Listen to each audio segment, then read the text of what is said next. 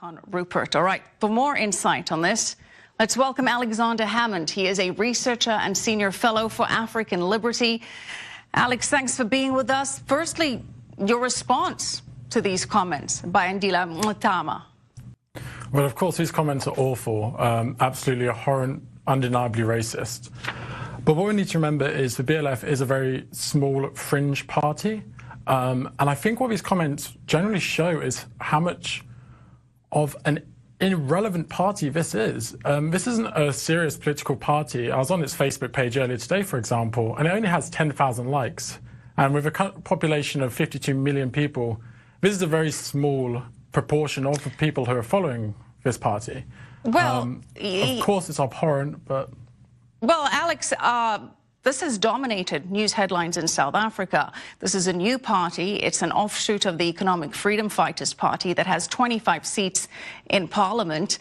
And Ndila is vowing to stage an armed struggle if his party is deregistered. It does have a lot of support amongst the youth. Now, granted, it isn't one of the biggest political parties, but it's really stoked a lot of tension in South Africa, so much so that the ANC and the DA have both condemned this and have both said that they'll take serious action here. But put this in the bigger perspective for us, because this comes, as we said, when President Ramaphosa is pushing ahead with land expropriation without compensation.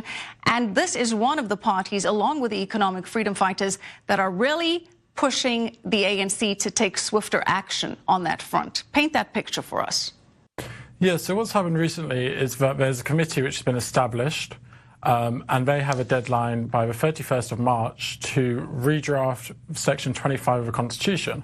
Section 25 of the Constitution currently states that if any land is expropriated, compensation must be just and equitable. So the current policy is to redraft this. But the important issue is we don't necessarily know what we're going to redraft to. Cyril Ramaphosa has, of course, hinted many times that he wants to take a white farmer's land. But the Constitutional Court could stand in the way of this. And if they do, this redrafting may not actually go through. Well, one of the reasons that South Africa had such a smooth transition post-apartheid was this promise that there wouldn't be this kind of retribution, and this was enshrined in the 1996 Constitution that Nelson Mandela himself propagated. And Cyril Ramaphosa is facing some pushback internally and externally, and he's trying to make the case that the land expropriation in South Africa, it's not going to be the same situation as it was in Zimbabwe, where farmers were forcibly evicted from their land, and then the country once known as the breadbasket of Africa collapsed into total economic ruin. Is there any way to have this kind of process that wouldn't result in that end? I think history tells a very poor tale of countries who try and attempt land expropriation without compensation and avoid the consequences. Whether it be Cambodia in the 1930s, whether it be China in the 1950s and 60s, Ukraine in the 1930s, Cambodia in the 1970s, or even Venezuela in 2001 when it began. At the time, Venezuela was the richest country in Latin America. It was at one point the fourth richest country in the world. They believed that they could escape the consequences of land expropriation without compensation. And of course, they didn't, as we all know today.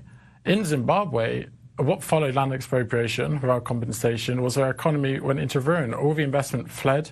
Hyperinflation went absolutely through the roof. In July of 2008, daily inflation was 98%, meaning prices doubled every single day. South Africa has been warned by its South African Banking Association, the South African Reserve Bank, by the way, which are state-owned enterprises, that the consequences will be catastrophic. Even the World Bank has warned that since the property rights issue has come into the news story and property rights have been weakened, that capital is already beginning to flood. Since 2016, for example, land prices have fallen by 40%. The idea that they can escape the consequences, and to quote Cyril Ramaphosa, become a Garden of Eden, is absurd. Right. But, you know, the argument, Alex, is made that it's now more than 20 years after the end of apartheid, and around 70% of agricultural land is still owned by white farmers, and that there is still tremendous poverty that needs to be addressed. How does this get addressed? What is your response to that? Yeah, so I agree with you that for poverty, which is still occurring in South Africa, it's absolutely awful. But it's not obvious to me that giving an unemployed person a plot of land is a way to escape this poverty. According to a recent poll from the Institute of Race Relations in South Africa, of the black respondents, only 1% said that land reform was the main issue. 73% of respondents said that jobs were the main issue. Youth unemployment is 52%. Normal unemployment is 27%. So the main thing we must focus on is trying to instill policies that will create jobs.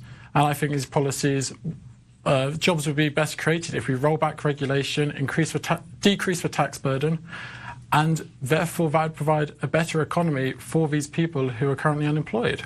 Well, that's certainly the sentiment of the biggest opposition party in South Africa, the Democratic Alliance. They contend that the ANC hasn't failed to deliver on these promises due to its own ineffective policies and corruption within the party, and so they're making this issue of white-owned land the scapegoat for their own failings, that this is a way to distract from the ANC's own mismanagement and lack of delivery on promises made for over 20 years now.